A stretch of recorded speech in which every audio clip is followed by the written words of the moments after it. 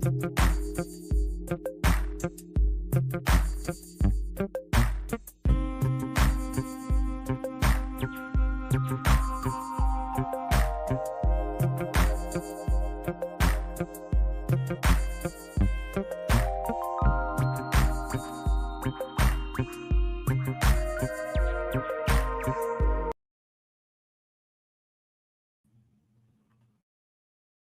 up, everybody? Welcome to Chest Out Heart Open. It's your boy Darrell Barnes Bay coming back at you again, man, with a serious topic, serious discussion for us men, man, for our loved ones. Women too. We look for the support of the women, but I want to welcome to Chest Out Heart Open. We got a special guest here with us today. I'm about to bring him on. Here you go, right, Brother Mike Johnson. What's up, Mike? Good morning to you. Good morning, man. I was just introducing you, telling them we got a serious topic today. It's a serious topic, but it ain't really that serious. It's just a discussion talking about 9 years strong, man. I've been sober for 9, going on 10 years. Been through a little bit of everything. I've been maintaining recovery and building success. And I want to talk to you about it because you've been around for about, 40 years in this process? 45. 45 years in this process, man. What I want to do, Mike, is I want to get to know you. Yeah. I want to introduce you to my people and understand what some of the things that you got to go through. Because getting sober is one thing, but staying sober for decades is another thing. You know, that's commitment, that's faith, that take daily work, take a lot of self-assessment, self-inventory, and you discover a lot of stuff. So how did you do it? And I don't mean like, I'm not really talking about, because a lot of people go to the recovery, you know, NAAA and things of that nature. And when they talk about I want to know how you did it outside of the program. What, even though the program probably gave you the blueprint, but what self-work do you have to do to maintain years of recovery?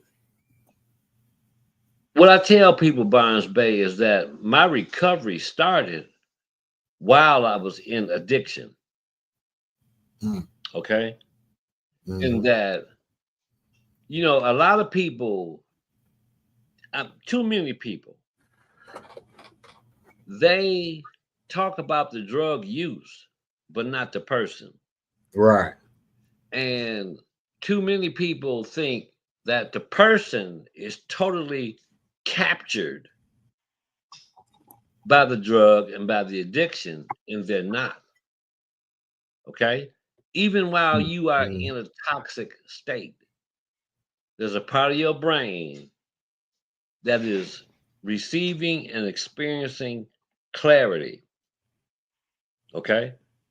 And that's and what I call that is your God consciousness. It never leaves you. Okay? But what we do and what has been done in addiction and the excuses and reasons for the drug use, we've piled all this unnecessary stuff on top of our God consciousness. Right. You getting this? I'm getting it's like my theory, man, is I feel that the drug and the addiction allowed us to see certain things under the influence that we could not see or ignored in a drug-free state. And it reaches a point. It reaches a point where that truth that's hidden, captured, or what have you, it begins to activate itself. And it comes through you more and more. And it's like, even when many of us were using the drug and while toxic, we could sit there and say, this doesn't make sense. I need to stop doing this. Now, keep in mind, you toxic while this. You talking about the using of the drugs? You talking about the using of the drugs?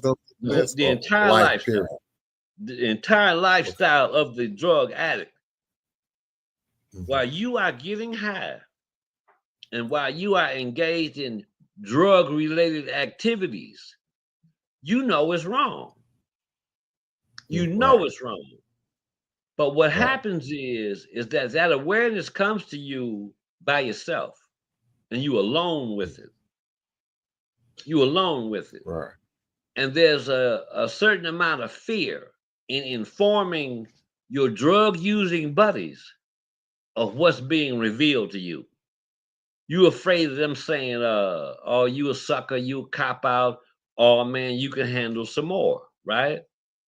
But you trying Right. to explain to them what's being revealed to you, and you want to be free. Right. So what will happen? Some kind of way, you will either have a life or death situation on a physical level, car accident, Mm-hmm. illness, harm Right. done to you by somebody, Right. or Like you shot you, will beat start, you.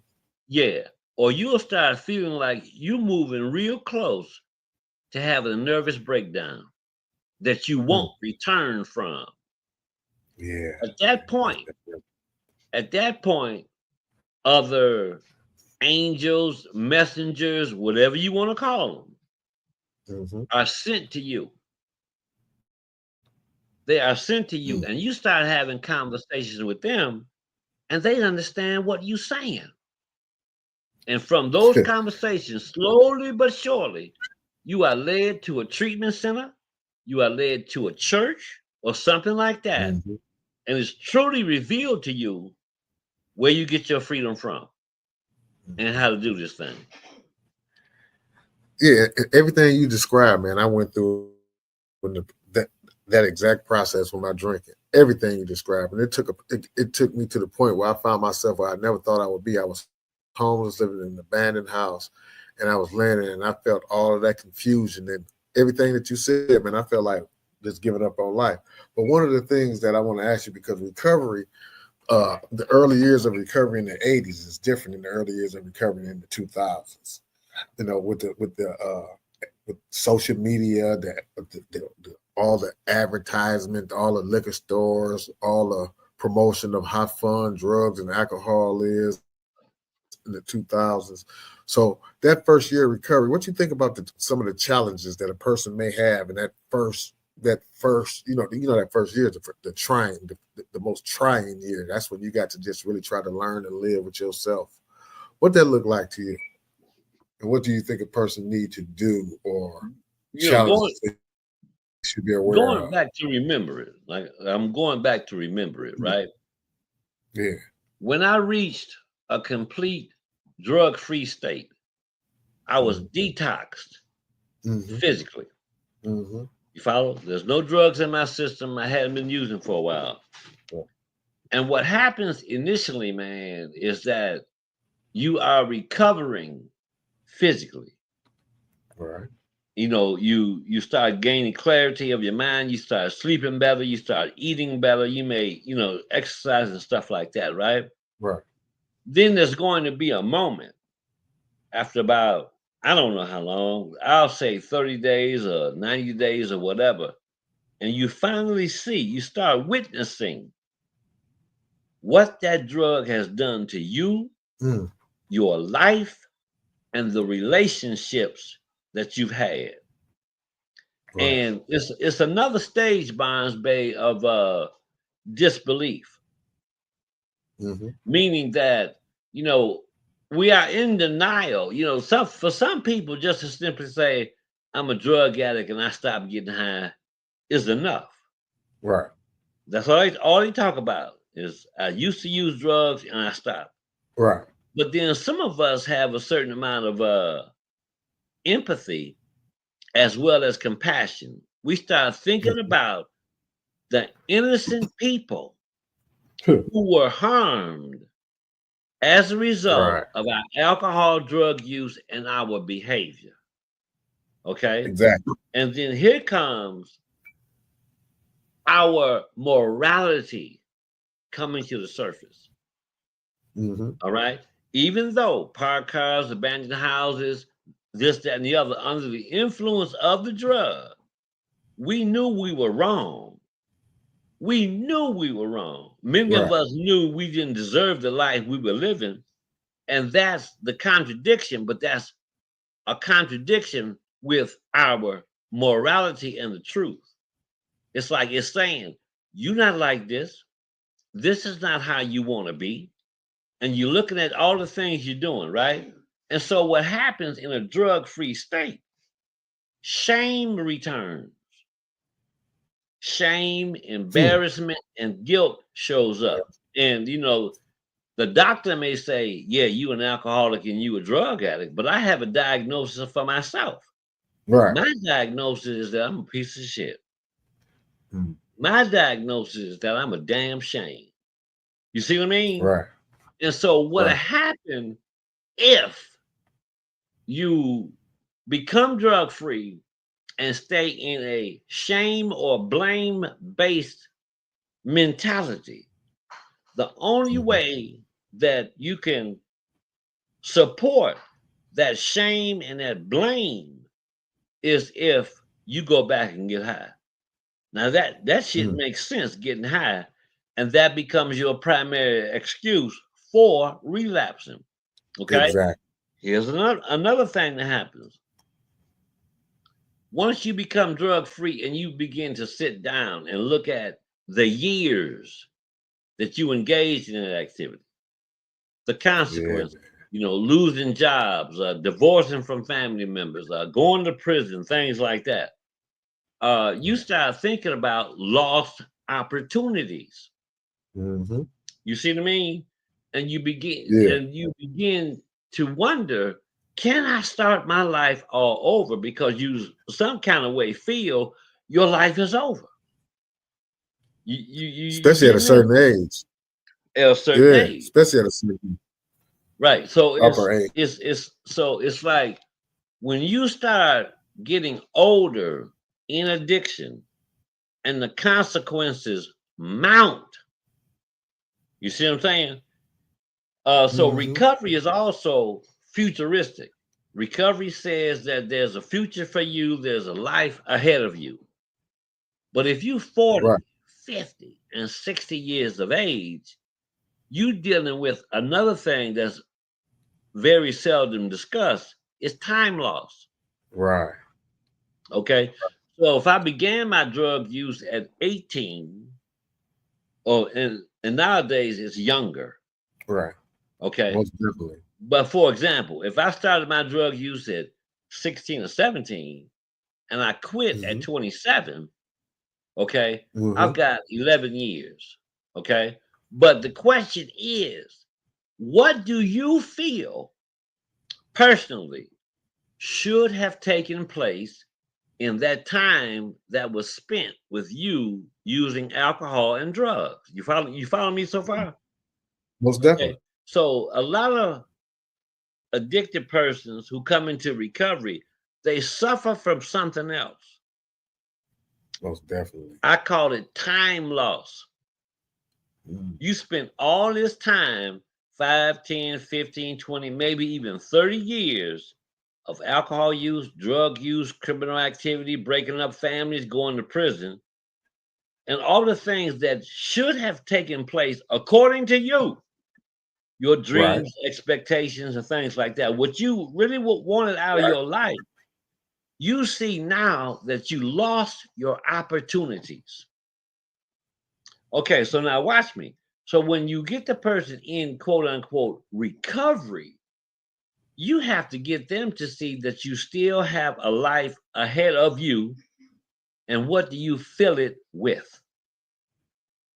Mm. That's where the new form of support comes from. Like I had a support system to destroy my life. Now I Mm-hmm. have to build a support system to gain me peace, harmony, pleasure, accomplishment, success. I gotta have a support system for that.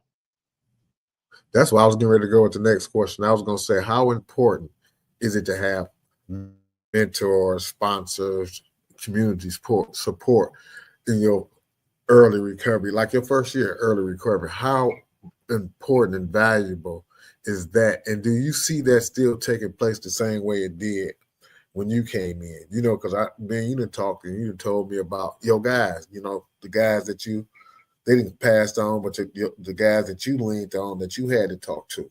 Now that they're gone, do you see that same spirit and sponsorship and mentorship during this era of recovery, or do you think it faded away, or does it look something different? Because you know we got recovery coaches, peer support, all this type of stuff. Do it Yeah, look but different than see, it did back then? many people, when I came into the program, I was okay. So I take the diagnosis and make the diagnosis my identity. My name is Mm-hmm. Mike. I'm an alcoholic. My name is Mike. I'm a drug addict. Now, living my life according to that definition, you don't get too much out the deal. You follow? Right, right. Okay, so then the thing after that becomes, what did you stop getting high for? Mm-hmm. Okay. Mm-hmm. Because there's something you saw while you were in addiction that you were losing, that you would never accomplish Exactly. or that you would never experience. Now, when you come into recovery, your job and your focus is to acquire those things that you felt you would never have, do those things that you know you're capable of doing. And that's Exactly. what your recovery is. Recovery is also replacement. Okay. Mm. So if I spend all my time sitting around getting high and listening to music, standing in front of liquor stores, now I can spend my time reading a book, Right, going to the gym. right. You see what I mean? So what the thing about recovery too, recovery is a replacement. I'm replacing a lifestyle. Now the question Mm-hmm. is, what do you fill it with?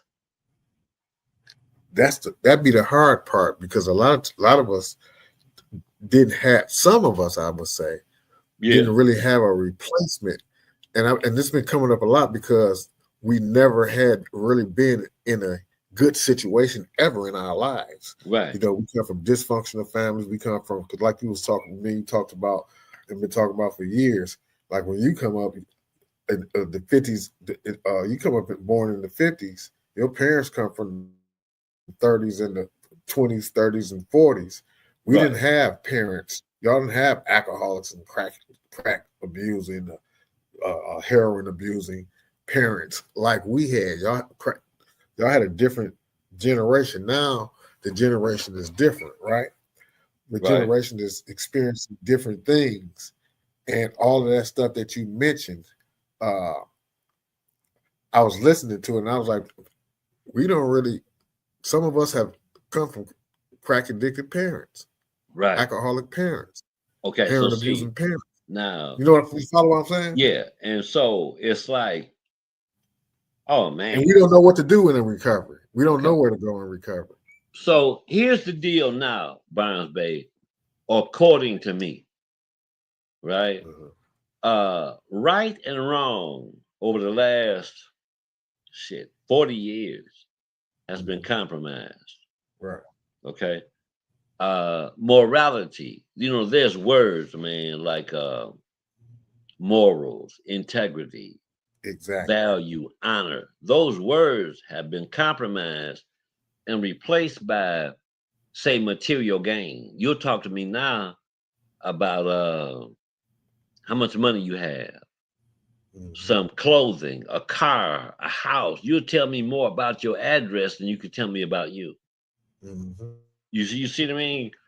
And it's Mm-hmm. it's the thing was, when you talk about parents who were born into, say, addiction or dysfunction, Mm-hmm. that's their normal. Okay. Right. Making Exactly. excuses, manipulating people, depending upon others. You see what I mean? And if Mm-hmm. if you also notice, man, like I said about honor, loyalty, and integrity in relationships and with friends, it's far and in between. Okay. And it's like you're discounted a lot, you're criticized a lot. You know, the momentum now is for you to keep up, to keep up. Mm-hmm. So I Mm-hmm. gotta get more shoes. I gotta get more money. I gotta buy more clothes. I gotta buy more jewelry. I gotta get another car. Well, you got transportation, but now I need another Right. car. You know, because Right. now I'm living a ooh wee life and a look at me life, right? And Right. it's about bragging and boasting and criticizing others. You know, so it's like when you know when you look at what this podcast says, you know, chest out, heart Mm-hmm. open. Mm-hmm. Okay, so when you talk about chest out, you're talking about dignity, loyalty. Mm-hmm.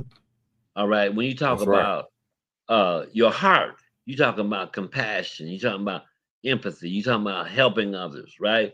So when you sit Exactly. back at times, Barnes Bay, and you listen to why this podcast was created and the conversations, it's like Mm-hmm. you're trying to replace what's missing.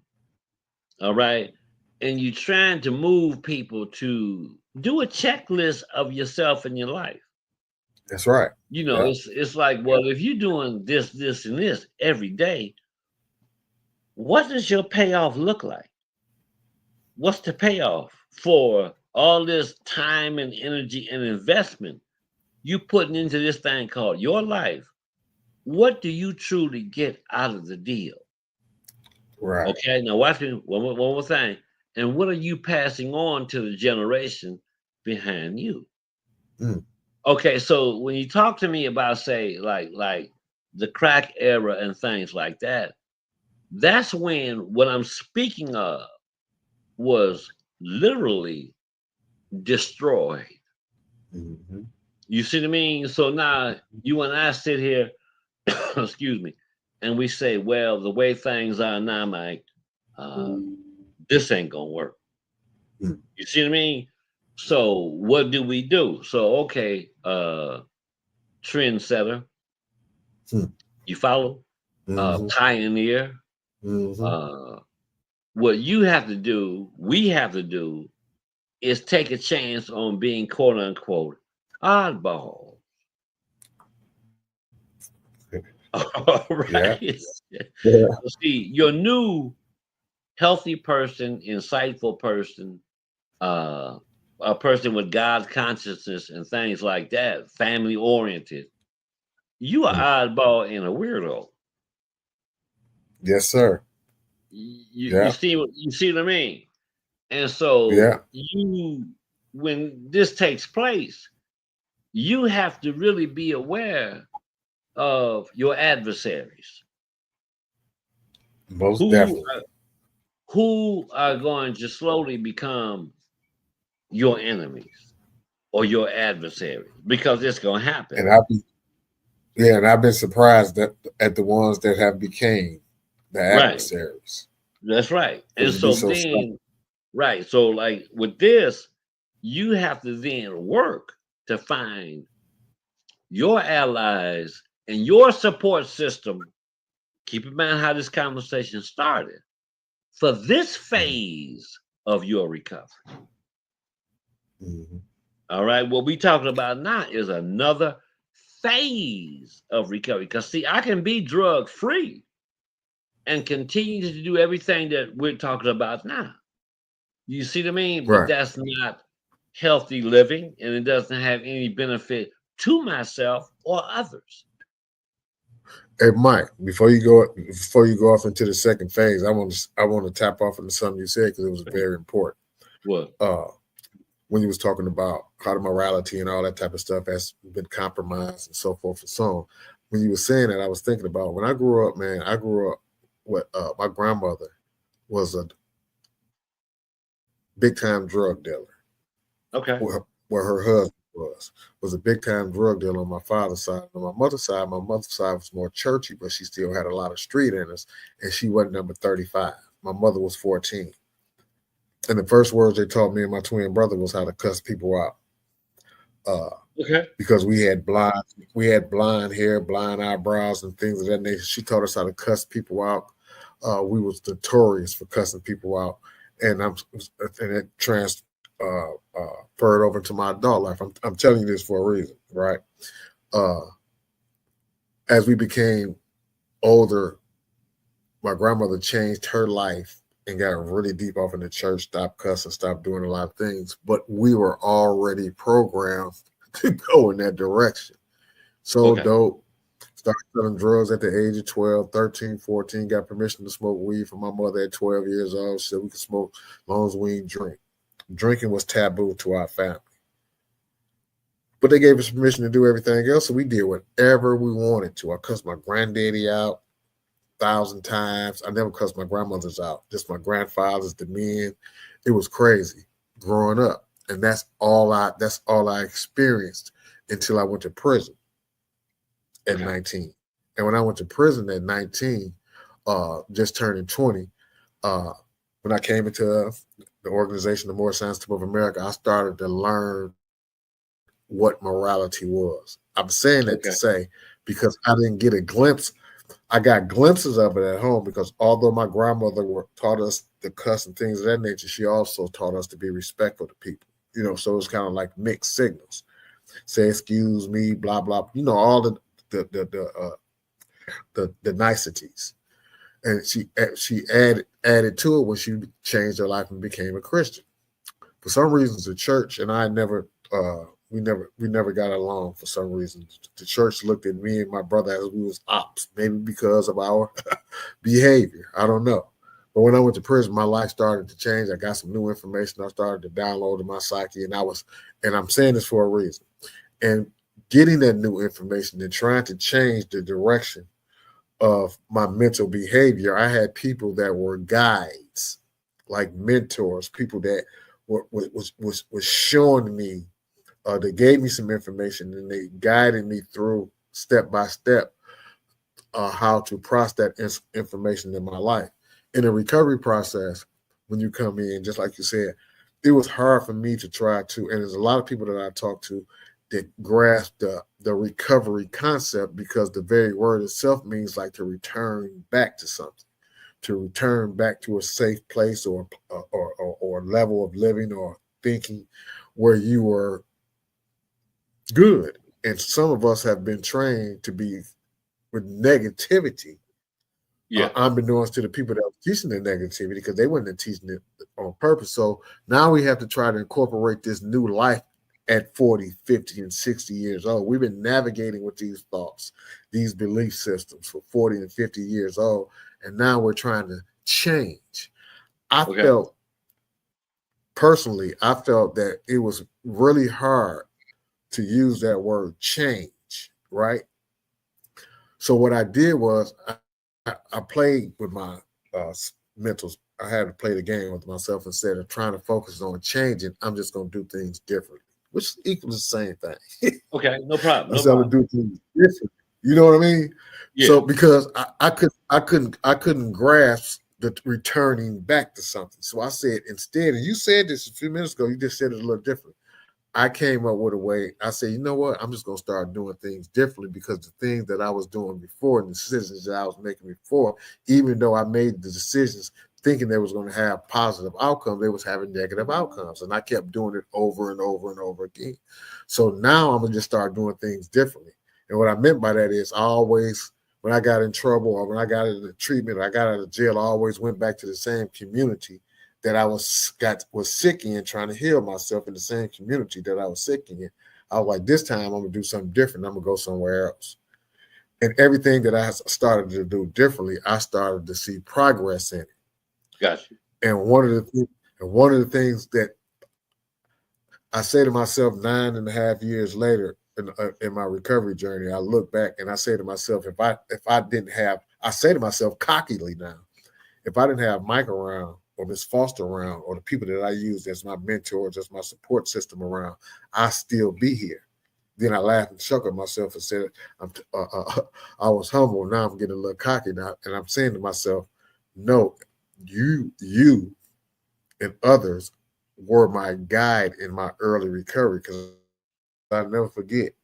You tapped me on the shoulder and you said, Barnes Bay. You said, I'm a little worried about you. And I said, what's going on?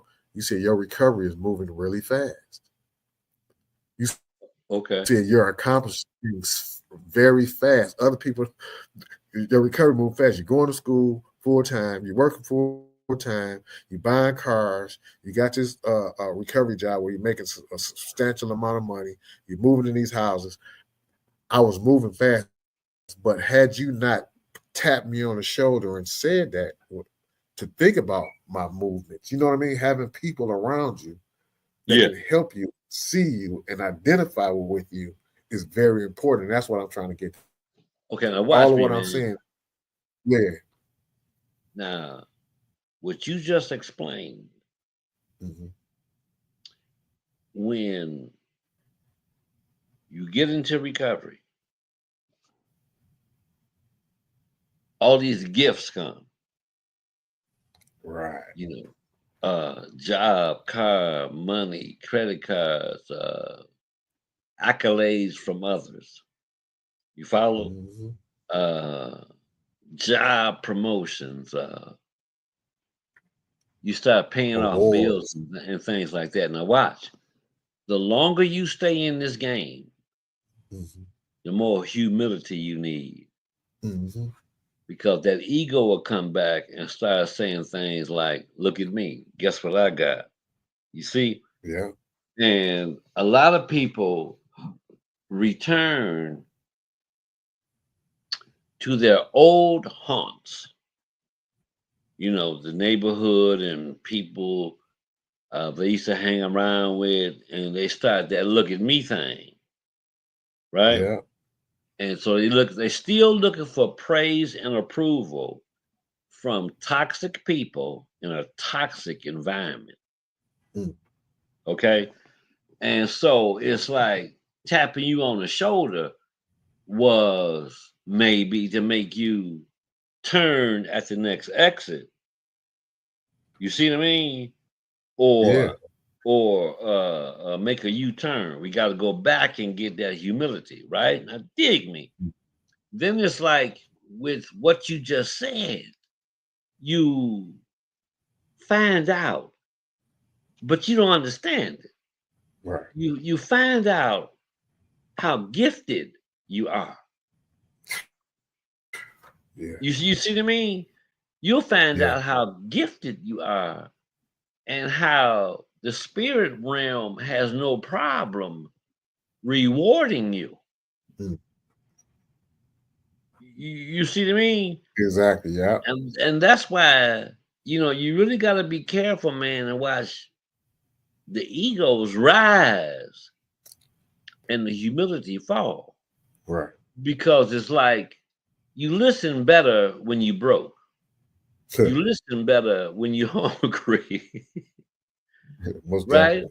But then as you start acquiring things now, I don't have to wait for a ride, or I don't have to worry about spending this $100. I know I'm gonna get it back.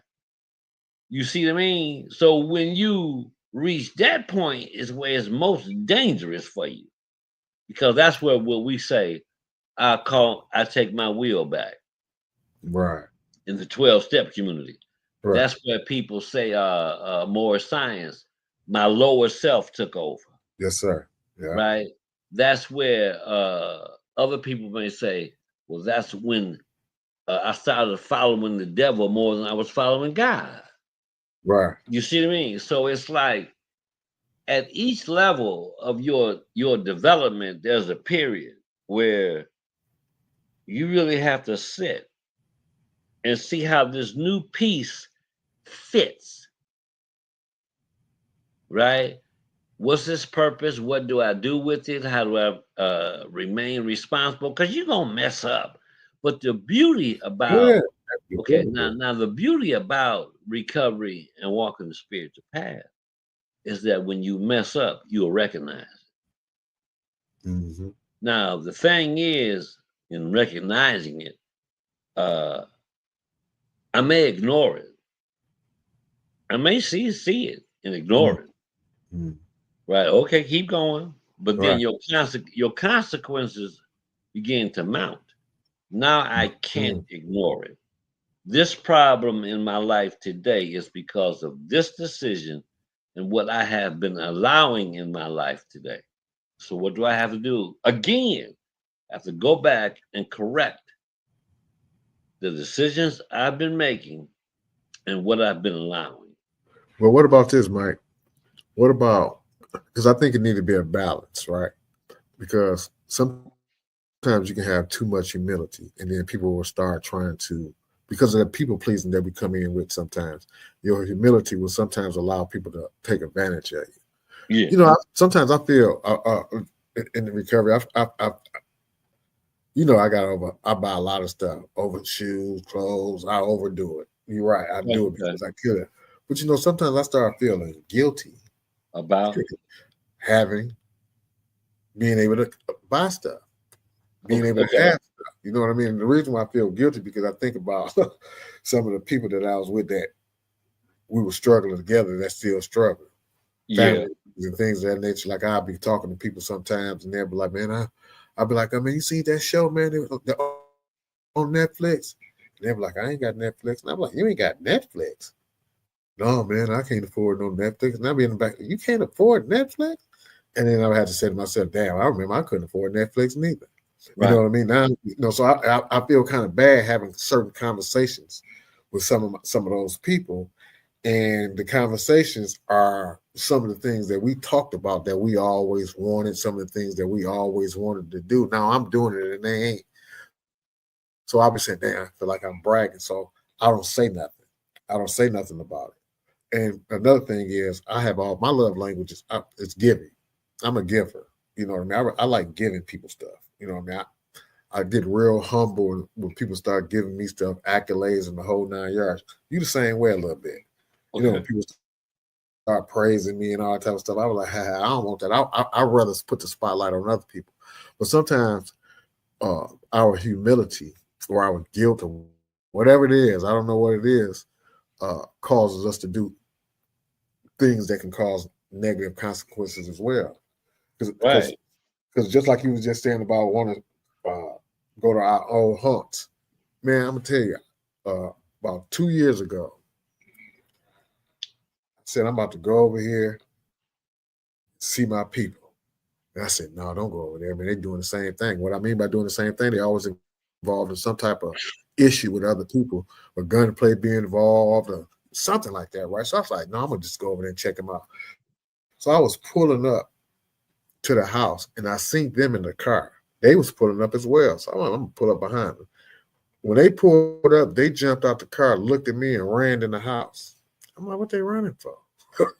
So I pulled up in the Right. driveway, got out the car. I'm looking around. I don't see nothing. My homeboy, come out on the porch with a gun. I'm like, what's going on, man? Oh, we thought you was somebody else. I'm like, man, y'all didn't Right. recognize my car. So in my mind, as I'm walking on the porch, I'm saying they must be beefing with somebody. I need to get the hell away from here. But I went in the house, spoke to everybody, and I looked around, and they started telling me about they had a beef with this guys, and I got to thinking, like, damn, man, I done changed my life around. I'm working over here at this place. I got all these accolades, and I looked around and I said, damn, they selling dope. I'm in the dope house, and I turned around and left, and I never went back over there again. Now this was my family's house. Got you. I never went back over there again. And I said to myself, I don't need to be seen. I don't need to go back and see nobody no more. I don't need to go check on my own old haunts. You know what I mean? But that was like 7 years in recovery when I made that move. Right. Cause Just to see, go over there every just to try to show I'm still part of the I'm still part of the team. And I'm not. You okay. know what I mean? Yeah, but I felt like what you were saying. Like I wanted to go back over there and let them see my new car. He in his Benz, he dressed like this, he doing this. But here's And something else. it took place. Here's something else, Burns Bay. Mhm. I think a lot of people ignore, minimize, and even take for granted. Even though, and in spite of what we were doing, right? The drugs, the criminal activity, things like that, right? Yeah, There was a lot of love from them people. most definitely. All Still right. is. It's like you could be homeless, but you can sleep on my couch. Right. You can be hungry, but you can go in there and fix yourself something to eat. Right. Right. So see, sometimes too, man, and I tell people this about relapse. Some people relapse to the love that they were receiving from other drug addicts. Yes, You know, sir. and so in order for me to receive that love, how you doing, man? How your mama? You know, in addiction, sometimes a drug addict was the only person that was glad to see me. You Mm-hmm. know, and then they'll tell you something after a while. They'll say, man, we were thinking about you. We were wondering what happened to you because they're reminiscing about the love that they experienced from you and with you in the addiction. Exactly. Okay, so Exactly. now uh when I if I go back in the old neighborhood, I had to put myself on a clock. It, that's exactly what I do. You know, it was like after 10, 15 minutes into the visit, I started seeing things that are no longer part of my lifestyle. And I started seeing things that I no longer want to experience. What that mean? It's time to go. Right. You see what I mean? Right. So it's like I know where to go, how long to stay. Like I have a friend and I'm not going over there Right. because of all of what's going on around him. And then I look Right. like an outsider. Like who is he? Exactly. You Exactly. see what I mean? So He acting I have funny. another friend. Yeah, watch this. I have another friend to where I'm not getting in his car. I'm not getting in your car. I'll go to dinner with you. I'll go to a Right. movie with you, but you're not coming by my house to pick me up, and I'm not getting in your damn car because of you Right. may have drugs in your car, a weapon in your Mm-hmm. car. You see what I mean? Mm-hmm. And so there's a potential consequence I don't need. So it's a thing Exactly. too, to where depending on what culture of addiction you were using in, Mm-hmm. you cannot forget what takes place in that culture because you could Right. innocently become a victim of something. And that's just normal activity for what we do over here. All right. Exactly. So if you show up, Mr. Clean Cut, uh, you the police. Yeah. You know, we dress a certain way, we Yeah. stand a certain way, we talk a certain way. Now, if you're not dressed or standing, posturing like that, uh, you quote unquote bear watching. We're suspicious of you. Hey, Mike, don't come around with them counselor boots on. Right, right. There you go. There you go. You see what I mean? Yeah. You over here with your shirt tucked in, you wearing a belt. You see what I mean? You out of Yeah. place. So it's like you also have to know and understand the environment, how I will be received when I go there. Now, dig what I'm going to say to you. It's not always a neighborhood environment. When I go to a So, man. conference, you see what I mean? Mm-hmm. I have to Mm-hmm. understand how I'm going to be received. Okay. Exactly. Like one thing didn't go away. Damn, it's odd that this conversation led to what I'm about to say. Um, even though I'm drug free. Mm-hmm. Master's Mm-hmm. degree, bachelor's degree, master's degree, public speaker. Some Right. places where I go in, I'm still black. Mm. You follow? And According to they don't science, man. see, you see, they don't see a recovering person. They don't see uh, a married man, a counselor who helps others. I'm Right. still viewed. in this society in too many areas as a potential threat just simply based on appearance. Okay, Exactly. so guys like us, and I'm not gonna just minimize it and put it on our people, because women go through that. Mm-hmm. Women have to watch how much makeup do I wear, how tight is my clothing, because they will be viewed as maybe something they used to be or something that they no longer are. You getting Right. this? And so Right. then you got the same thing that'll happen with oh man, you just opened up a can of worms. So it's like when you say I'm an alcoholic and a drug addict, well, discrimination goes with that. Mm-hmm. Stereotyping goes with that. All that. So if you say I'm an alcoholic and a drug addict, uh, an incest survivor, I've been to the penitentiary, I'm a prostitute, I'm gay, I have All that. HIV. Now Yeah. I just added 7 more things that you have to recover from, and I've added 7 more challenges to your recovery. Right. Okay, so I'm gonna rewind this tape and go back to how you asked me the question about the first 30 days in early recovery, right? Right. Another thing that you have to identify is what are your recovery challenges? Exactly. You see me? I may be illiterate. I don't have a work history because I was in prison. You Exactly. follow? Mental Uh, health issues. yeah, I don't have family support because uh, the key figures in my family are deceased Mm-hmm. or I've committed some unforgivable acts. Right.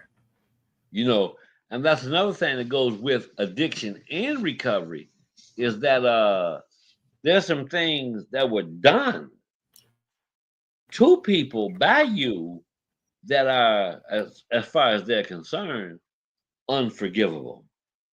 You dig? So what that recovering person has to do also is learn how to forgive themselves,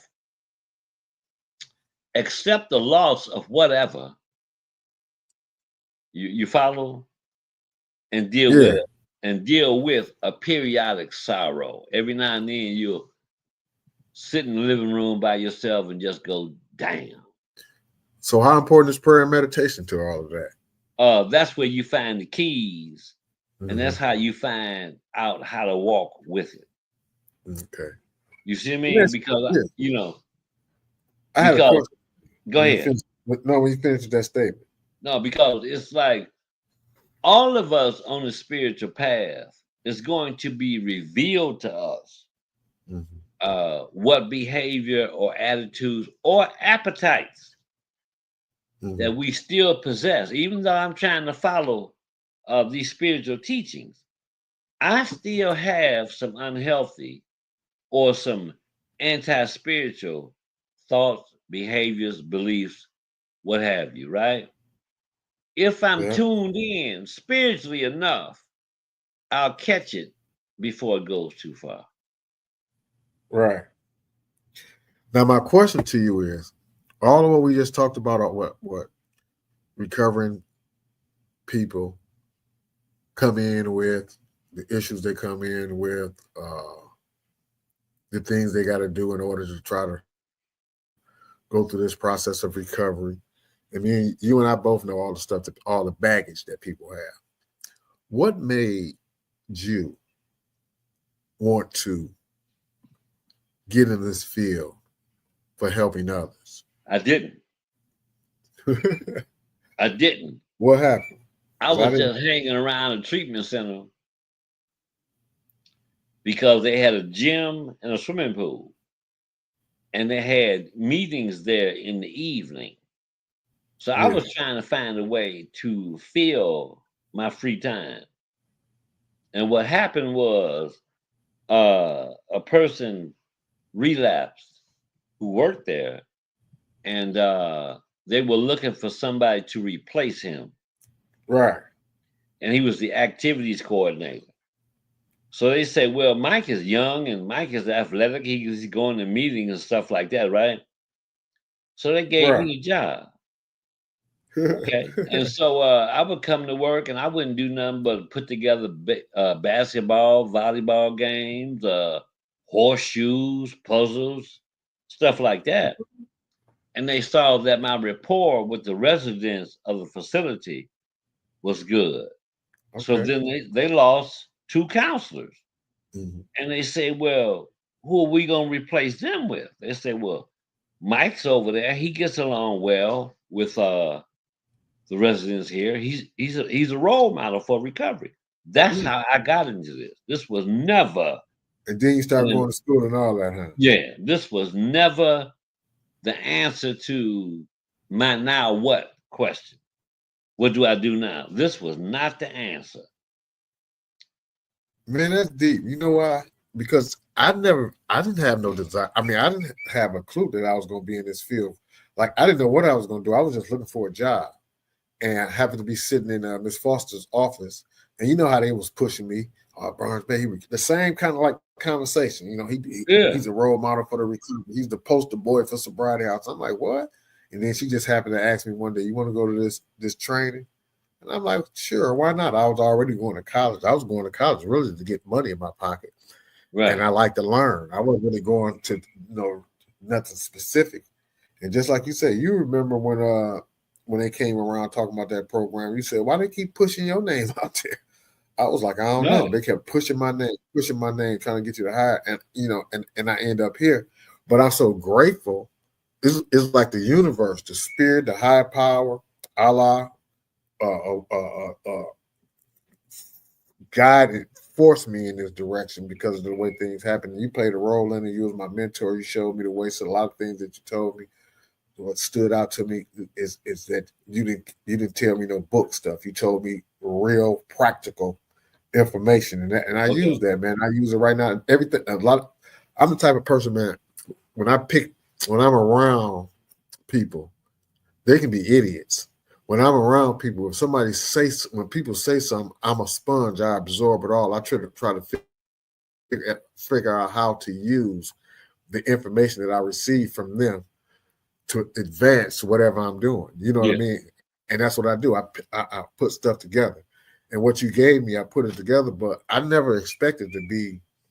Uh, I'm just a recovery supervisor at Sobriety House, but I'm more than that to other people now as a result of getting sober. And I was just thinking about this last night. I was like, man, all I had to do was stop drinking, and I got all of what I got. There you go. That's what was the fin of my life. I'm like, even though I still got the same quick temper, the same, ready to rah rah attitude I'm working on, been working on. I got the same. I'm still navigating with the same thought process because I be going through there in my mind. But all I did was stop drinking, and my life changed Right. completely. Right. So see, it's like another thing, Bonds Bay, that I have no explanation for. Mm-hmm. I have no explanation for this. It's just like you and I are not the only ones. Exactly. So it boils down to a statement that's often made, but when it applies to you, uh, you don't get it. Right. It's about being chosen. Right. You see what I mean? Yes, And sir. so it's like I forget how that goes. He who is chosen something. I forget how that goes, but it's like there's many I rewards know, or yeah. I know what you're talking you know about. what I mean? Yeah. But it's Yeah. like sometimes, man, I'm gonna tell you another thing about me, Bonds Bay. It was like after I had done this work for 20 years and I saw what I was doing and how it was being received and how people were looking at me, I tried to like get with God and tell him, man, you picked the wrong guy. Yeah. Exactly. That's how I It's feel. like, what's all this about? All I wanted to do was stop getting high. I didn't want to be Right. nobody's hero. I didn't want to be Exactly. the neighborhood Mother Teresa. You see what I Exactly. mean? All I want to do is stop getting high. Now, some kind of way, you have placed all this information in me where I don't know half the time where it comes from on how to Mhm. correct uh problems in a person's life. And then That's great. like you say, I'm still Linwood, I still got that T-bone in me. Mhm. And so sometimes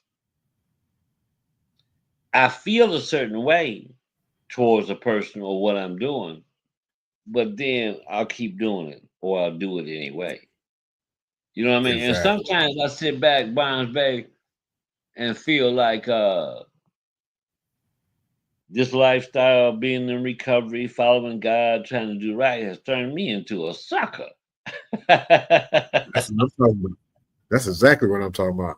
You Straight up lollipop. know what I mean? So it's like, And people treat you like that. yeah, what I have to learn uh, is that some of the gifts I have will, have you ever bought a gift for a child and within a month or 2 weeks they tear it up?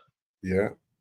I gotta be careful who I give this gift to because they may not appreciate it. And Yeah. then it's a thing where uh give it and don't worry about how they appreciate it. It was freely given to you, freely give it to them. So I had to also learn that when I give this to you, you don't owe me nothing. Right. And I can just wander off and just go ahead and be anonymous again. But if I'm doing this looking for praise, recognition, and approval from who I help, uh, I'm doing it for the wrong reason. Yeah. Hey, you know what, Mike? I really enjoyed this conversation, man. We're going to get ready to wrap it up. No problem, bro. We did all right. Yeah, because I got to get it ready to go have this meeting. Yeah, But 'cause man, we had a fluid hour. yeah, and it wa- You and know it what I was mean? it was some good discussion. It was some good things shared. Yeah. Uh, Actually, I wish we had longer. We may be able to continue this because some other things I want to discuss and ask you about. So maybe we can do a part two if you don't mind. Okay. Just write it down. Yeah, because I wanted to talk Yeah. about the importance of journaling and triggers and uh, it's a lot to go with what we're talking about. A There's a lot to go whole with lot it, to go with what man. we're talking about, and maybe the Yeah. viewers that's listening, they can put some suggestions or some things that they want to hear in our Okay. discussion in the chat box. So, all right, thank you for coming out, Mike. All right, my guy. No problem. Yeah, I want Okay. I'll everybody. see you later. Okay. Yeah, all right, everybody. About to wrap it up.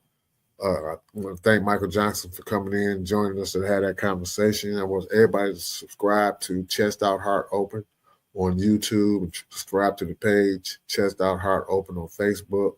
Like, share, add comments, discussions. Hit me up if you have any topics that you want to talk about. If you have any suggestions, please just hit me up in my DM. Thank you for coming and joining us at Chest Out Heart Open. My name is Darrell Barnes Bay. See you later.